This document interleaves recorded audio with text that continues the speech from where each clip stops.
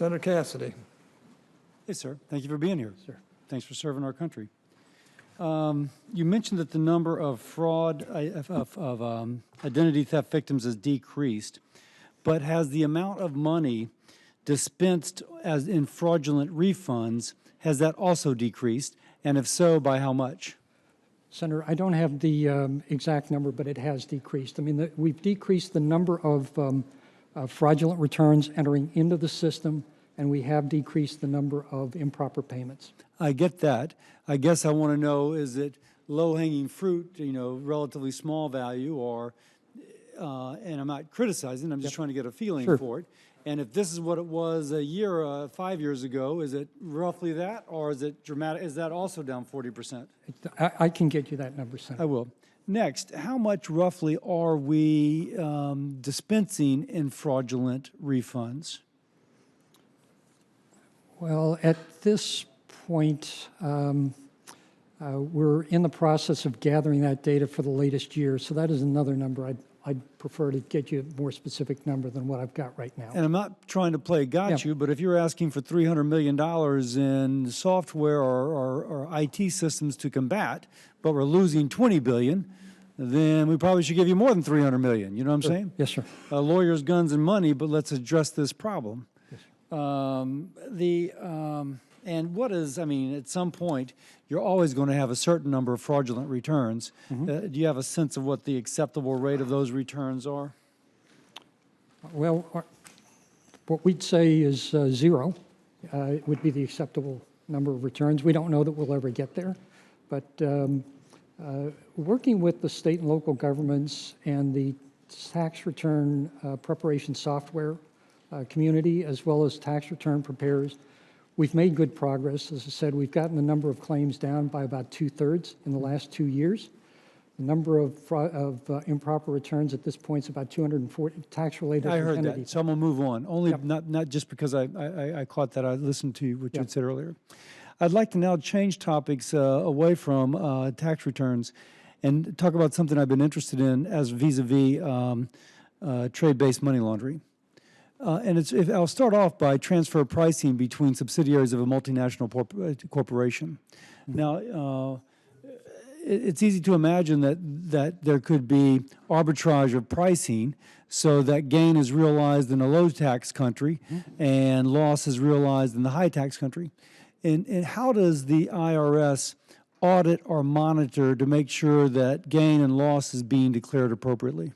Sure. Well, first thing I'd say, Senator, is that we're hopeful that the new tax reform legislation will allow us, will decrease the desire for engaging. I accept that, but I'm actually more interested in, I'm going to follow into trade-based money laundering, which I want to start with something which is legitimate, if you will. Sure. And so we have a division within the Internal Revenue Service that focuses specifically on transfer pricing controversy between U.S. companies and foreign-based subsidiaries or related affiliates. Now, is there a standard invoice or declaration form that you can look at and plug into a computer and use analytics as to whether or not it seems legitimate or not?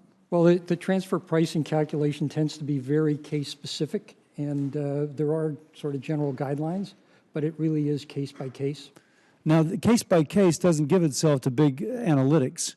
And it does seem as if, and I say this because allegedly $110 billion a year is moving from the United States down to Mexico related to drug trade. And Treasury is confiscating, best we can tell, about $7 billion. Now, that's a $103 billion delta. And some of that is trade-based money laundering. So we're trying to figure out how to get at that. And it's ultimately up to our federal agencies to cooperate to kind of go after this issue. So let me ask, to what degree does IRS collaborate with Customs to make sure that that which is being declared is actually being shipped as opposed to a double invoice or is as presented on the invoice? Sure. So the IRS does work closely with the Customs Bureau and as does the Treasury Department. Now, if you do an audit, I mean, to what percent of these transfers are audited? I don't know that number off. Okay, we'll ask for a QFR. Sure. And what degree are we sharing information you mentioned with other governments? What about with Mexico? We do have some agreements to exchange information with Mexico. Is there a standard invoice that is filed when someone declares the value of a traded object, or is it, kind of up to their choice as to how to file the information? Well, Customs does have forms that standard forms that are filled out, but the numbers that go on the forms, of course, are subject to the individual filer's view of the value.